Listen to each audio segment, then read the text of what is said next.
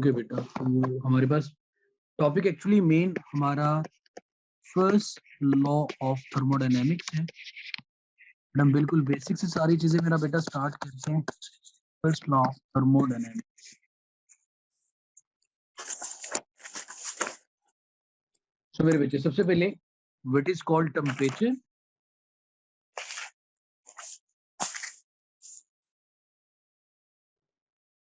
सो बहुत easiest definition, degree of hotness और the coldness is called temperature.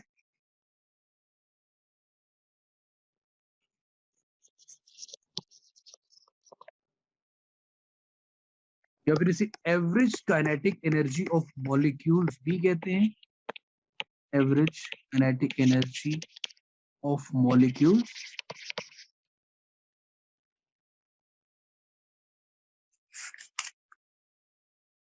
इसके लिए डिफरेंट यूनिट्स का यूज भी किया जाता है। Like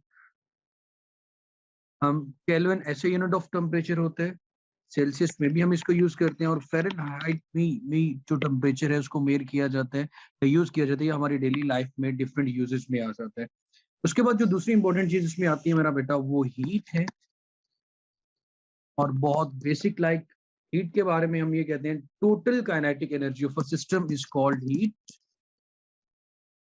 total kinetic energy of system is called heat. और हीट को समझने के लिए हम इसको कंसीडर करते हैं जस्ट लाइक अ फ्लूइड, जो फ्लो करेगा from high temperature to low temperature. अब एनर्जी को या हीट को, अब हीट कब तक फ्लो करती रहती है, जब तक सपोज हमारे पास दो पॉइंट्स हैं किसी भी सॉलिड में, ए यहाँ और ये बी। ए का टेम्परेचर हाई है और बी का टेम्परेचर लो है, तो हीट हमेशा हाई टेम्परेचर से लो टेम्परेचर तक तब तक फ्लो करती रहेगी जब तक ए और बी दोनों थर्मल इक्विलिब्रियम में नहीं आ जाते, दोनों का टेम्परेचर बिल्कुल बैलेंस या मेंटेन या एक जैसा नहीं हो जाता। इसके अलावा इसको मेजर करने के लिए हम डिफरेंट यूनिट्स का यूज करते हैं। जॉल बी यूनिट यूज किया जाता है। अर्थ इसका सीजीएस यूनिट होता है एनर्जी का। और कैलोरीज में भी जो एनर्जी है, इसको हम हीट एनर्जी को मेजर करते हैं। उसके बाद मेरे बेटे हमारे पास आ जाता है ट्रांसफर ऑफ हीट। अब बेटे ट्रांसफर ऑफ हीट हमारे पास दो तरह से है। बेसिक थ्री मेथड्स हैं, लेकिन दो हिस्सों में कैसे कैटेगराइज कर सकते हैं। एक बेटा हमारे पास मीडियम पे डिपेंडेंट है। थ्रू मीडियम हीट ट्रांसफर होगी एक जगह से दूसरी जगह। और दूसरी मेरा बेटा हमारे पास आ जाती है वैक्यूम। अब थ्रू मीडियम दो तरह के मीडियम है हमारे पास, एक सॉलिड जबकि दूसरा हमारे पास आ जाता है मेरा बेटा फ्लूइड। अब सॉलिड में हीट का ट्रांसफर, उसको बेटा नाम दिया जाता है कंडक्शन का। और फ्लूइड में जो हीट का ट्रांसफर है उसे हम नाम देते हैं कन्वेक्शन का। अब कंडक्शन में जैसे कि जितने भी सॉलिड है, एक रॉड है, उस रॉड में किसी दूसरे रॉड को फिजिकली कांटेक्ट किया जाए, एक का टेम्परेचर अगर हाई है और दूसरे का टेम्परेचर लो है, तो by the physical contact heat transfer होगी from high temperature to low temperature. उसे मेरा बेटा हम कंडक्शन का नाम देते हैं। सिमिलर सिंपल ये बात पहाड़ों में, जमीन में, या जितनी जितनी बड़ी मेटल्स हैं, इन सब में हीट का ट्रांसफर थ्रू कंडक्शन होता है। बट अगर हम फ्लूइड की बात करें, लिक्विड और गैसेस की, इनमें हीट का ट्रांसफर थ्रू कन्वेक्शन होता है। जैसे मेरा बेटा अगर आपके पास पानी गर्म किया जाए, तो हीट अप करने से पानी के कुछ मॉलिक्यूल्स डेंस होकर अपवर्ड डायरेक्शन में चले जाएंगे, और जो पानी के वाटर के मॉलिक्यूल्स आपके पास ज्यादा डेंसिटी रखते होंगे, कम डेंस होंगे जो मेरा बेटा हल्के होंगे ऊपर चले जाएंगे, लेकिन जो हैवियर होंगे वो नीचे की तरफ आएंगे। तो इस तरह आपको एक्चुअल मूवमेंट ऑफ मॉलिक्यूल्स नजर आएगी। एक्चुअल मूवमेंट ऑफ मॉलिक्यूल्स, जिसे मेरे बेटे नाम दिया जाता है कन्वेक्शन का। और अगर वैक्यूम की बात की जाए, जैसे सनलाइट हम तक पहुंच रही है जिसे हम इलेक्ट्रोमैग्नेटिक वेव्स भी कहते हैं, यानी पूरा इलेक्ट्रोमैग्नेटिक का स्पेक्ट्रम थ्रू स्पेस हम तक लाइट पहुंच रही होती है, इस प्रोसेस को हम नाम देते हैं मेरा बेटा radiation. So these are three basic methods for the transfer of heat: conduction, convection and radiation। और ये चीज मेरा बेटा हम अपनी साइंसेस की बुक्स में भी बड़ा बेसिक्स में पढ़ते हैं, फिर 9th क्लास की फिजिक्स का भी आखिरी चैप्टर ट्रांसफर ऑफ हीट ही होता है। उसके बाद मेरे बेटे बहुत इंपॉर्टेंट कॉन्सेप्ट जो आता है वो आता है आपके पास स्पेसिफिक हीट का।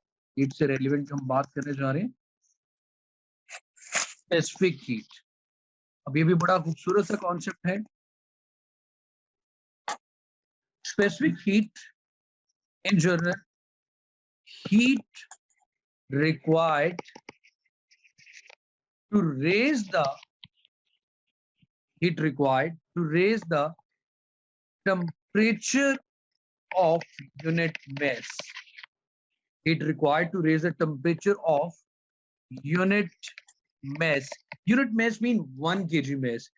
1 kg mass का टेम्परेचर बढ़ाने के लिए जो हीट रिक्वायर्ड होती है उसे स्पेसिफिक हीट कहते हैं। इसकी क्वेश्चन हमारे पास बनती है Q is equal to mc del T and C is called the specific heat। Specific heat में जो इंपॉर्टेंट लाइन याद रखने वाली है, एक होती है हीट कैपेसिटी और एक है स्पेसिफिक हीट कैपेसिटी। तो स्पेसिफिक में हमारे पास जो इंपॉर्टेंट होता है वो यूनिट मैस होता है, लाइक हम 1 kg मैस की बात करते हैं। और इसमें सबसे मशहूर एग्जांपल हमेशा ली जाती है पानी की, और दूसरी एग्जांपल मेरा बेटा लेते हैं हम रेत। अब मेरे बच्चे, हमारे पास आपने देखा होगा पानी का एक तालाब है, स्विमिंग पूल है, बहुत दोपहर की गर्मी बढ़ रही है, और अगर आप देखें स्विमिंग पूल के किनारे में जितनी भी रेत या जो उसके किनारे होंगे वो आपको बहुत गर्म लगेंगे, लेकिन स्विमिंग पूल के अंदर जो वाटर है ठंडा होगा। अब सवाल जिन में ये है कि सूरज तो एक है जो दोनों को हीट पहुंचा रहा है, रेत को भी और पानी को भी, लेकिन रेत जल्दी गर्म हो रही है लेकिन पानी जल्दी गर्म नहीं हो रहा। यही कॉन्सेप्ट है स्पेसिफिक हीट कैपेसिटी का। लाइक अब मैं ये फॉर एग्जांपल लेता हूं कि मेरे पास पानी का टेम्परेचर भी अगर 25 डिग्री सेल्सियस है और रेत का टेम्परेचर भी अगर 25 डिग्री सेल्सियस है, दोनों को हम 8 के बिस्किट खिला रहे हैं, 2 बिस्किट इसको खिला दिए फॉर एग्जांपल, हम ये बात करते हैं, और 2 बिस्किट इसको खिला। अब ये जब बिस्किट खाएगा पानी, इसको कुछ फर्क इतना नहीं पड़ेगा, लेकिन रेत थोड़े से बिस्किट खाने के बाद ही इसका टेम्परेचर 25 से 26 डिग्री सेल्सियस हो जाएगा। लाइक बहुत ही कम हीट से इसका टेम्परेचर राइज करना शुरू हो जाएगा, बढ़ना शुरू हो जाएगा। लेकिन पानी का टेम्परेचर इतनी जल्दी नहीं बढ़ेगा, इसको बहुत ज्यादा हीट रिक्वायर होगी इसमें 1 डिग्री सी टेम्परेचर बढ़ाने के लिए। अब मेरे बेटे, अगर मैं पानी की बात करूं तो पानी को 1 डिग्री सेल्सियस इसका टेम्परेचर बढ़ाने के लिए हम स्पेसिफिक हीट कैपेसिटी की बात कर रहे हैं। तो स्पेसिफिक हीट कैपेसिटी में जो इसकी वैल्यू होती है मेरा बेटा, वो अबाउट 4200 जॉल अगर पर किलोग्राम पर कैलोरी। 1 kg वाटर को 1 kg वाटर को 1 किलोग्राम वाटर को अगर आपने उसका temperature 1 degree C Celsius increase करना है, यूनिट मैस की बात कर रहे हैं, तो आपको 4200 जॉल एनर्जी प्रोवाइड करनी होगी। अब 4200 जॉल एनर्जी, लेकिन इसके मुकाबले में रेत को तकरीबन 800 जॉल पर किलोग्राम पर केल्विन एनर्जी रिक्वायर्ड होती है स्पेसिफिक हीट कैपेसिटी की बात करें। अब ये जो, अगर मैं 1 ग्राम की बात करता वाटर में, तो हम इसको ऐसे भी लिख सकते हैं 1 ग्राम के लिए इसको 4.2 जॉल एनर्जी चाहिए होती है, और 4.2 जॉल को 1 कैलोरीज भी कहा जाता है। 4.2 जॉल 1 कैलोरी के इक्वल होता है। सो इसमें भी हम इसकी यूनिट की बात कर सकते हैं। उसके बाद मेरे बेटे, ये तो हमारे पास हीट कैपेसिटी है, और उसके बाद हम बात करते हैं स्पेसिफिक हीट कैपेसिटी होगी हीट कैपेसिटी। अब हीट कैपेसिटी क्या चीज होती है? अगर मैं सिर्फ और सिर्फ अभी मैंने डिस्कस किया, मैं 1 kg की बात करता हूं तो वो स्पेसिफिक हीट कैपेसिटी है। लेकिन अगर हम बात करना चाह रहे हैं हीट कैपेसिटी की, तो हीट कैपेसिटी में मेरा बेटा हमारे पास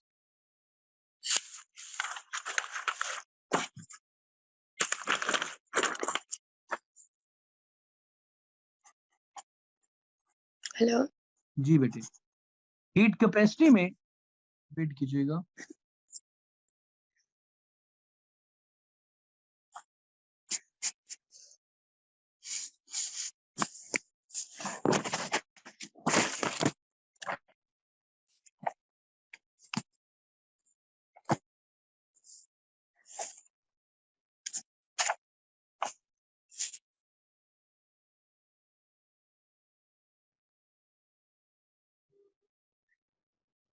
ओके बेटा, अब हमें बात करते हैं हीट कैपेसिटी की। सो हीट कैपेसिटी, अगर 1 kg की बात की जाए तो वो स्पेसिफिक हीट कैपेसिटी होता है। लेकिन अगर हमारे पास 5 kg 10 kg की बात की जाए, उसे हम हीट कैपेसिटी कहते हैं। इसके लिए फार्मूला यूज करते हैं हम mc। सी हमारे पास स्पेसिफिक हीट कैपेसिटी थी। अब स्पेसिफिक हीट कैपेसिटी में अगर हम 1 kg की बात करते हैं, 1 kg के लिए हमने कहा था कि 4200 जॉल एनर्जी रिक्वायर होती है। अगर 5 kg होगा तो मैस की जगह पे 5 kg लिख देंगे। 10 kg होगा, 100 kg होगा, तो इन दोनों को मल्टीप्लाई कर देंगे। अब मेरे बेटे हीट कैपेसिटी का जो यूनिट आता है हमारे पास वो जॉल पर किलोग्राम आता है, और स्पेसिफिक हीट कैपेसिटी के लिए हमारे पास जो यूनिट आता है वो जॉल पर किलोग्राम पर केल्विन होता है। इसके बाद मेरे बेटे हमारे पास जो दूसरा इंपॉर्टेंट कॉन्सेप्ट आता है वो आता है जी लेटेंट का।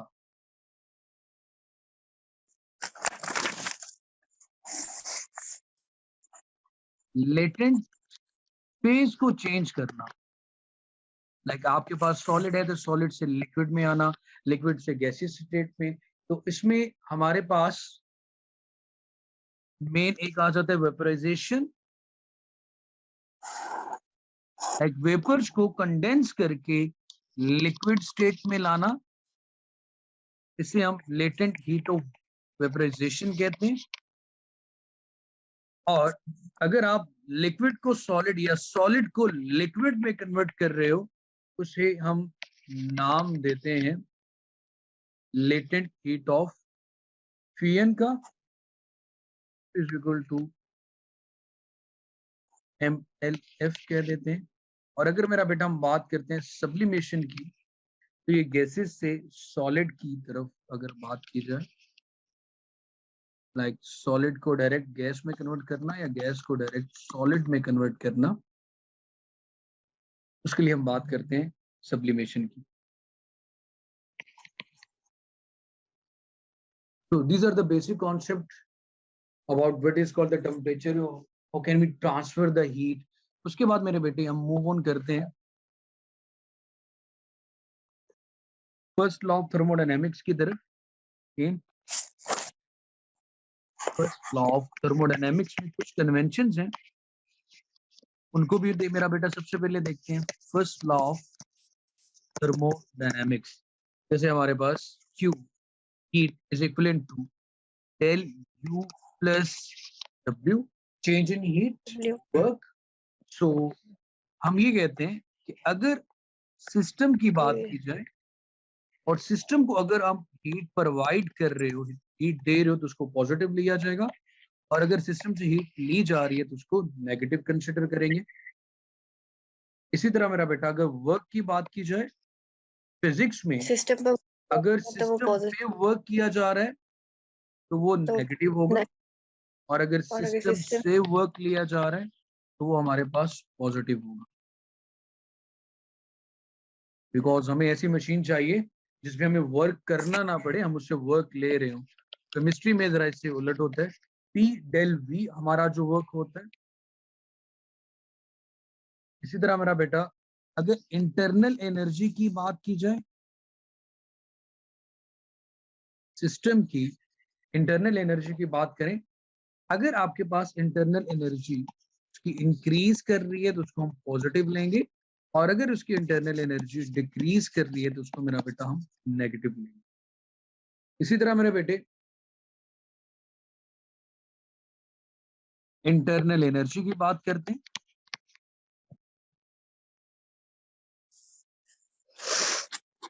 इंटरनल एनर्जी हमारे पास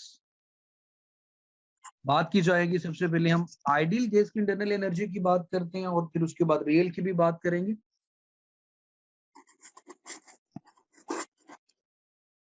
आइडियल में हम बात करते हैं कि इसमें सिर्फ और सिर्फ ट्रांसलेशनल मोशन होती है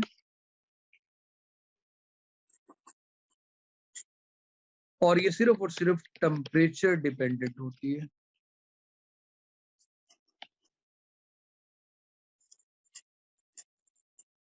अब रियल गैस में मॉलिक्यूल्स की मोशन रोटेशनल भी होती है, उनकी मोशन वाइब्रेशनल भी होगी और ट्रांसलेशनल तो होती ही है।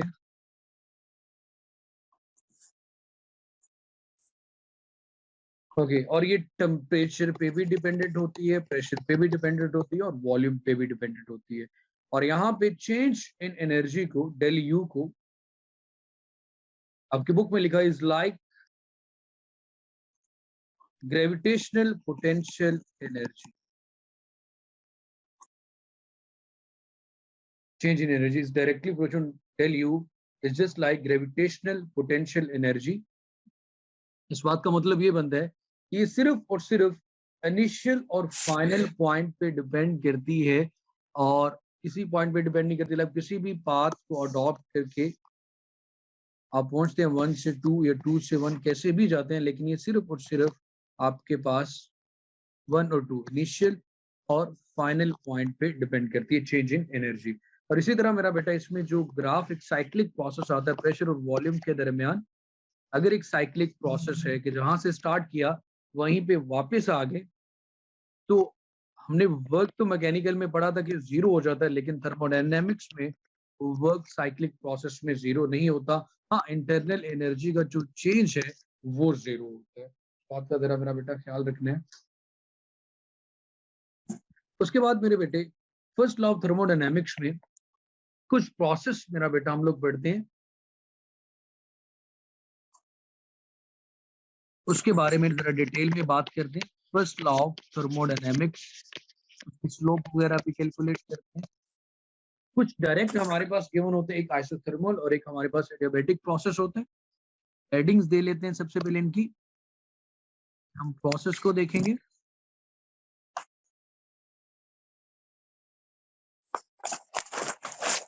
कांस्टेंट को देखेंगे,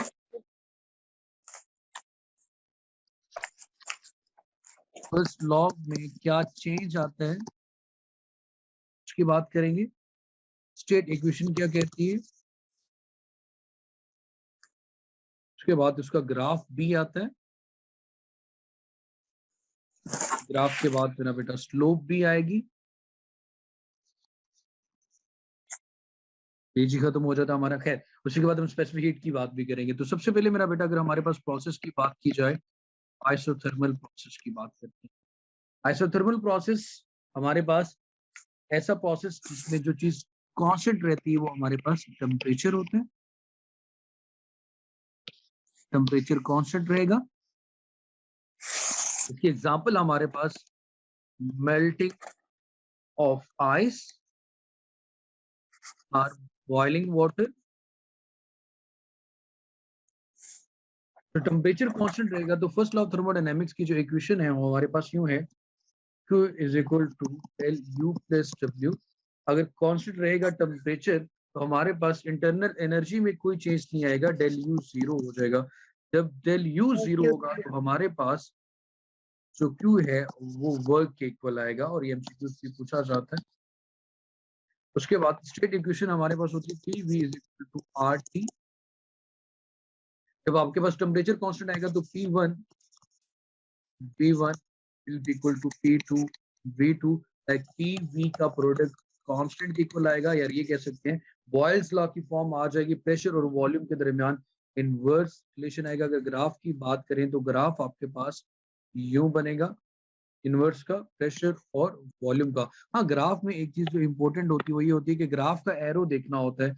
अगर ग्राफ का एरो कर्व का बाहर की तरफ आ रहा है, लाइक आप एक्सपेंशन की बात कर रहे हो, और ग्राफ अंदर की तरफ आ रहा है तो लाइक आप कंप्रेशन की बात करते हो, लेकिन हम ज्यादा हमेशा एक्सपेंशन की ही बात करते हैं। और इसी की मेरा बेटा अगर स्लोप की बात की जाए, ग्राफ की स्लोप होते आपके पास del y over del x, तो हमारे पास यहाँ पे स्लोप क्योंकि expansion minus del P over del V के इक्वल आएगी, क्योंकि हमारे पास प्रेशर वॉल्यूम में प्रेशर क्योंकि यहाँ पे मेरा बेटा नेगेटिव लिया जाएगा। और एक चीज हमने यहाँ पे देखनी कि इसकी जो स्पेसिफिक हीट है वो इनफाइनाइट आएगी। स्पेसिफिक हीट इनफाइनाइट इसलिए आएगी क्योंकि यहाँ पे टेम्परेचर कांस्टेंट है, और जब कांस्टेंट टेम्परेचर को आप वेरी करना चाहते हो तो बहुत ज्यादा हीट प्रोवाइड करोगे, लाइक इतनी हीट प्रोवाइड करोगे कि वो काउंटेबल ही नहीं होगी। तो जब वो काउंटेबल ही नहीं होगी तो हमारे पास वो इनफाइनाइट आएगा। और एक इसके साथ एक और चीज ये देखेंगे कि हमारे पास यहाँ पे जो स्लोप है वो वर्क के इनवर्सली प्रोपोर्शनल है। स्लोप और वर्क दोनों एक दूसरे के इनवर्सली प्रोपोर्शनल है। अगर आपके पास स्लोप मैक्सिमम आ रही होगी तो वर्क आपके पास मिनिमम आ रहा होगा। इसी तरह एक दूसरा प्रोसेस हमारे पास होता है एडियाबैटिक प्रोसेस। एडियाबैटिक प्रोसेस में हम कहते हैं कि ना तो हीट ट्रांसफर होती है और ना ही हीट लीव करती है। हम Q को 0 रखते हैं। साउंड प्रोपेगेशन इसकी एग्जांपल में आ जाता है। इसी तरह क्लाउड फॉर्मेशन भी इसके एग्जांपल में आता है।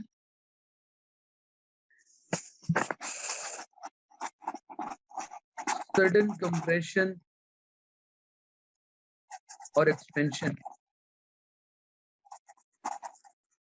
ये भी इसकी एग्जांपल में आता है मेरा बेटा। तो क्योंकि जब हम 0 रखेंगे इस फर्स्ट लॉ ऑफ थर्मोडायनेमिक्स में, जब Q 0 रखा तो या तो वर्क माइनस डेल यू के इक्वल आएगा या फिर डेल यू माइनस वर्क के इक्वल आएगा। अगर वर्क माइनस डेल यू के इक्वल आ रहा है, वर्क अगर आपके पास माइनस नेगेटिव आएगा, इट मींस कि ऊपर वर्क किया जा रहा है, work done on the system, और वर्क पॉजिटिव आ रहा है तो work done by the system बात करेंगे। इसकी जो स्टेट इक्वेशन आती है हमारे पास, इसमें गामा आ जाता है, PV gamma is equal to constant. जब आप हीट को कांस्टेंट रखते हैं आपके पास, सो गामा हमें पता है कि हमारे पास molar specific constant pressure to constant volume. अब अगर इसके ग्राफ की मैं बात करूं नेक्स्ट पेज पे, इसका जो ग्राफ है मेरा बेटा वो आपके पास इस तरह कुछ बनता है। पी और वी के दरमियान गामा आ जाता है, और इसकी जो स्लोप है इसमें सिर्फ जो चेंज आता है वो माइनस गामा ऐड हो जाता है del P over del V. और इसकी जो स्पेसिफिक हीट है वो बिल्कुल 0 होती है, क्योंकि जब हीट ही 0 है तो आपके पास स्पेसिफिक हीट भी 0 ही आएगी। उसके बाद हमारे पास जो प्रोसेस आता है एक आइसोकोरिक प्रोसेस। आइसोकोरिक जब भी आए तो हमारे पास वॉल्यूम की बात की जाती है कि वॉल्यूम हमारे पास कांस्टेंट आएगा। आइसोकोरिक प्रोसेस जो कांस्टेंट आएगा हमारे पास मेरा बेटा वो वॉल्यूम आएगा।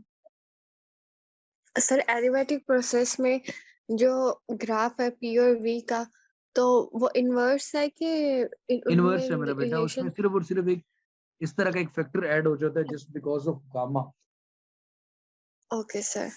उसके बाद हमारे पास मेरे बेटे वॉल्यूम की बात की जाएगी, तो वॉल्यूम को अगर हम कांस्टेंट रखेंगे तो वर्क भी 0 हो जाएगा, क्योंकि हमारे पास वर्क इक्वल होता है पी डेल वी के thermodynamic work. Yes sir. So Q will be equivalent to del U, और वर्क भी 0 हो जाएगा। और यहाँ पे जो इंटरनल एनर्जी की इक्वेशन आती है वो आती है n C v del T. हम C p minus C we equal to R का प्रूव भी करते हैं। और यहाँ पे प्रेशर और टेम्परेचर एक दूसरे के डायरेक्टली प्रोपोर्शनल आते हैं, तो P over T is equivalent to constant आ जाता है। प्रेशर और टेम्परेचर एक दूसरे के डायरेक्टली प्रोपोर्शनल आते हैं, और इसका अगर ग्राफ बनाएं, अब यहाँ पे भी कह रहे हैं कि हमारे पास जो वॉल्यूम है उसमें चेंज नहीं आएगा लेकिन प्रेशर बढ़ता जाएगा। और मैं पी और वी का ग्राफ बनाऊं, ये ग्राफ बिल्कुल एक वर्टिकल लाइन आएगी। ये वर्टिकल लाइन इसलिए आएगी मेरे बेटे कि आपके पास प्रेशर के बढ़ाने से प्रेशर तो इंक्रीज कर रहा है अलोंग द वाई एक्सिस, लेकिन वॉल्यूम में किसी किस्म का कोई चेंज नहीं आ रहा। और इसकी जो स्लोप है वर्टिकल लाइन की स्लोप, स्लोप वर्टिकल लाइन की हमेशा आपके पास इनफाइनाइट होती है। जब स्लोप इनफाइनाइट होगी, हमने कहा था स्लोप और वर्क आपस में इनवर्स रिलेशन है, तो वर्क आपके पास 0 आएगा। और C P minus C B is equivalent to R आता है, और सी बी कैलकुलेट करना हो तो मेरा बेटा सी पी माइनस आर के इक्वल आ जाएगा। इसी तरह मेरे बेटे अगर आइसोबैरिक प्रोसेस एक होता है, आइसोबैरिक प्रोसेस में अब प्रेशर को कांस्टेंट करते हो, आइसोबैरिक प्रोसेस इसमें melting of ice, freezing water इसकी एग्जांपल आ जाती है। आइसोकोरिक में heating of gas, in shield cylinder इसकी एग्जांपल आती है। मेल्टिंग ऑफ आइस और फ्रीजिंग वाटर।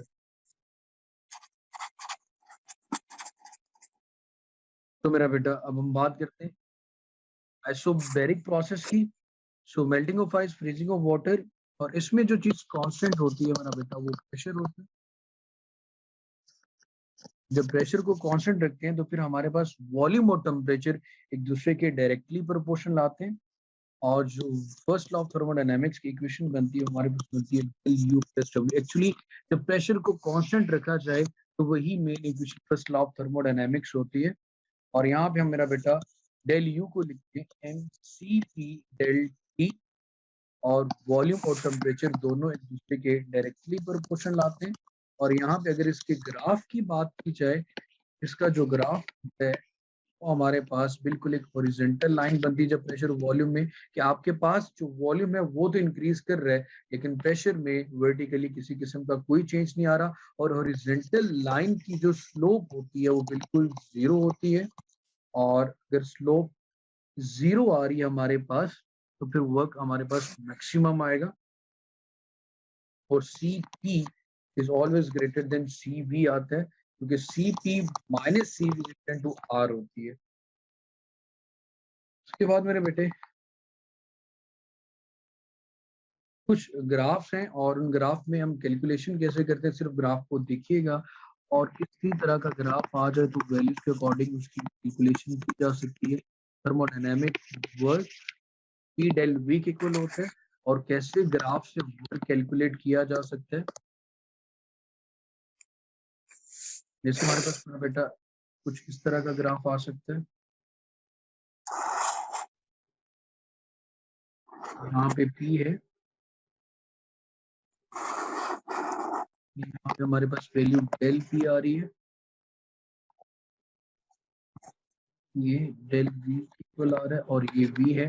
तो यहाँ पे हमारे पास सिर्फ del P dot del V graph आएगा। इसी तरह अगर हमारे पास ग्राफ बन रहा है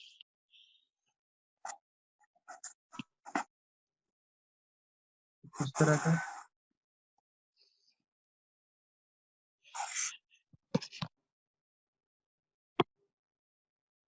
P2 P1, तो यहाँ पे जो ग्राफ है वो आपने just like a trapezium 1/2 P1 plus P2 and V2 plus, यहाँ पे V1 होगा, यहाँ पे 2 होगा।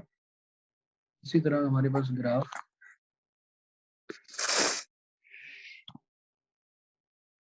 इस तरह से भी बन सकता है, PV। तो यहाँ पे ग्राफ कैलकुलेट करना है तो 1/2 वही फॉर्मूला बिल्कुल P2 minus P1 P2 minus P1। या फिर अगर ग्राफ हमारे पास आ जाता है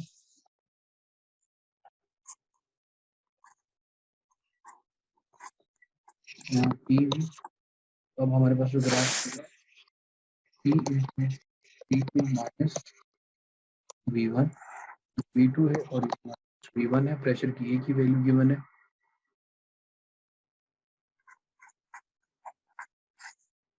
फिर हमारे पास ग्राफ इस तरह से आ जाएगा,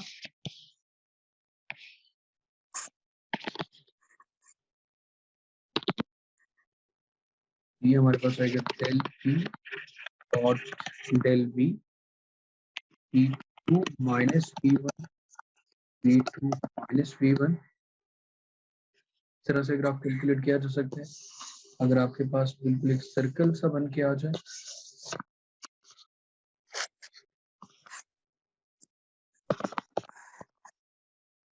यहाँ पे ग्राफ हमारे पास होता है equal to 5/4 del P del. उसके बाद लास्ट पोर्शन की तरफ आते हैं, फर्स्ट लॉ ऑफ थर्मोडायनेमिक्स के। इसमें molar specific heat of ideal gas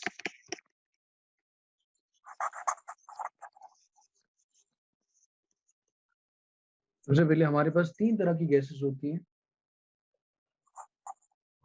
monoatomic,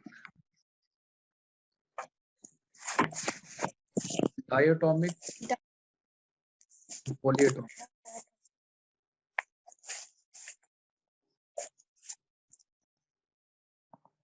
geometry इनकी क्या होती है कि हमारे पास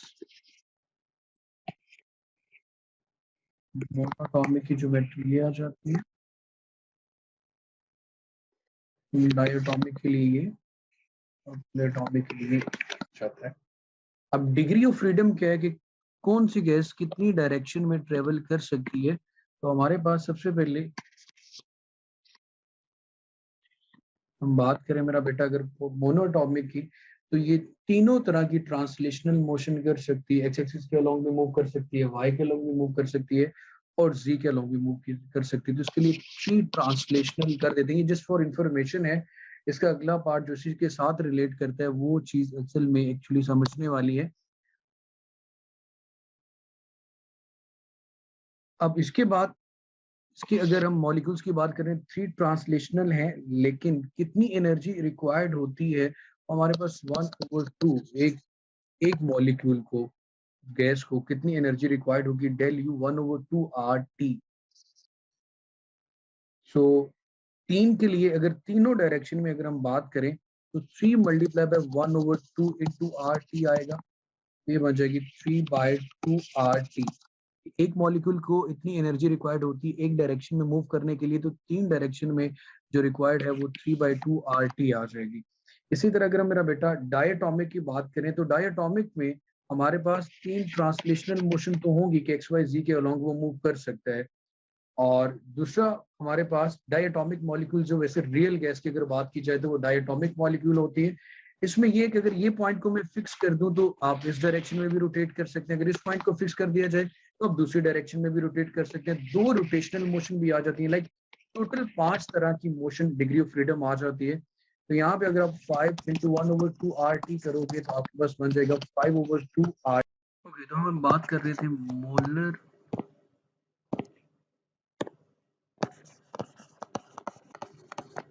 स्पेसिफिक हीट ऑफ गैस की, आइडियल गैस की, मोलर स्पेसिफिक हीट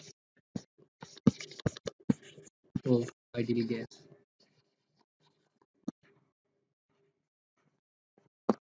तो मेरा बेटा इसमें हमारे पास तीन तरह की गैस होती है। सबसे पहले हम बात करते हैं मोनोटॉमिक की, फिर उसके बाद डायटोमिक की, और फिर हम बात करते हैं पॉलीटॉमिक।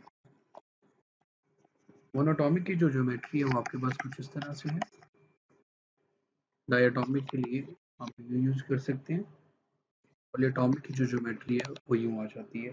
अब डिग्री ऑफ फ्रीडम देखा जाए कि ये कहाँ कहाँ कैसे कैसे मूव कर सकती है, तो आपके पास तीन ट्रांसलेशनल मोशन होती है आपके पास पॉलीटॉमिक के लिए, एक्स वाई जी एक्सिस के अलोंग मूव कर सकती है ये। उसके बाद मेरे बेटे हमारे पास डायटोमिक की बात करूं तो इसमें तीन ट्रांसलेशनल मोशन है, दो रोटेशनल मोशन है। लाइक मैं ये बात कर सकता हूँ टोटल इसमें 5 तरह की मोशन। लाइक अगर इस पॉइंट को मैं फिक्स करूं तो ऐसे मूव कर सकती है, इसको फिक्स किया जाए तो उसके अराउंड मूव कर सकती है। तीन ट्रांसलेशनल मोशन तो ऑलरेडी है। इसी तरह अगर इनकी बात की जाए तो इसके पास मेरा बेटा तीन ट्रांसलेशनल मोशन आ जाती है, तीन रोटेशनल, लाइक टोटल 6 मोशन या 6 तरह की डिग्री ऑफ फ्रीडम में जिसमें ये मूव कर सकती है। और इसको जो 1/2 RT एनर्जी रिक्वायर्ड होती है वन मॉलिक्यूल को एक तरह की मोशन परफॉर्म करने की, एक ट्रांसलेशन मोशन परफॉर्म करने की, तो मेरा बेटा अगर आप मोनोटॉमिक के लिए तीन की बात करें तो 3 मल्टीप्लाई बाय 1/2 RT, ये बन जाएगा 3/2 RT। इसी तरह इसी फॉर्मूले के अकॉर्डिंग इसके लिए बन जाएगा 5/2 RT। और इसी तरह मेरा बेटा आपके पास यहाँ पे बन जाएगा 6/2 RT, या जिसे हम लिख सकते हैं 3 RT के इक्वल। मोनोटॉमिक के लिए आपने जब प्रेशर ऑफ गैस का फॉर्मूला ड्राइव किया तो उसमें भी एवरेज काइनेटिक एनर्जी आपके पास 3/2 RT के इक्वल आई थी। उसके बाद मेरे बेटे मोलर स्पेसिफिक कांस्टेंट वॉल्यूम की बात की जाए, जिसमें आप वॉल्यूम को कांस्टेंट रखें, तो मेरे बेटे हमारे पास इक्वेशन कुछ ही आती है, CV del T is equal to del U। जब आपने वॉल्यूम को कांस्टेंट रखना है तो CV del T will equal to 3/2 RT। अगर मैं इसकी बात करूं मोनोटॉमिक के लिए तो मेरे पास मेरा बेटा ये बन जाएगा 3/2 R।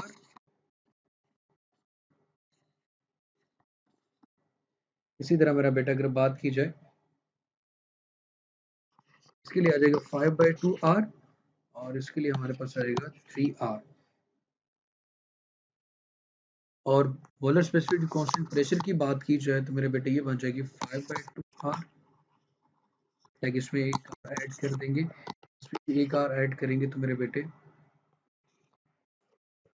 7/2 R, और इसमें अगर एक R ऐड करेंगे तो ये मेरा बेटा आपके पास बन जाएगा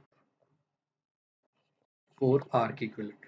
अब आपने तो एक्चुअली इनकी रेशियो लेनी होती है मेरा बेटा, और रेशियो लेने के लिए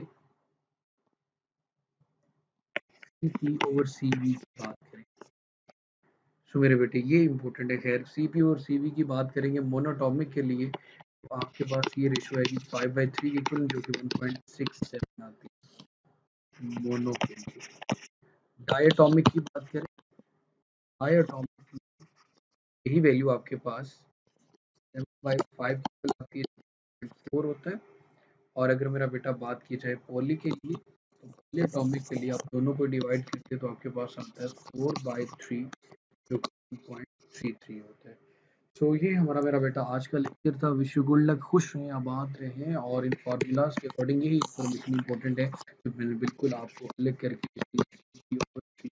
फॉर के लिए, डायटोमिक के लिए, CP और CV की रेशियो पॉलीएटॉमिक मॉलिक्यूल की। इसके लिए अगर अभी अब तक आपने चैनल सब्सक्राइब किया हुआ तो चैनल जरूर सब्सक्राइब कर लें। इसके बाद मेरा बेटा सेकंड ईयर का जो पोर्शन है उसको स्टार्ट करेंगे। अपना बहुत सारा सा ख्याल रखिएगा, और अभी तक स्टिल अगर आपने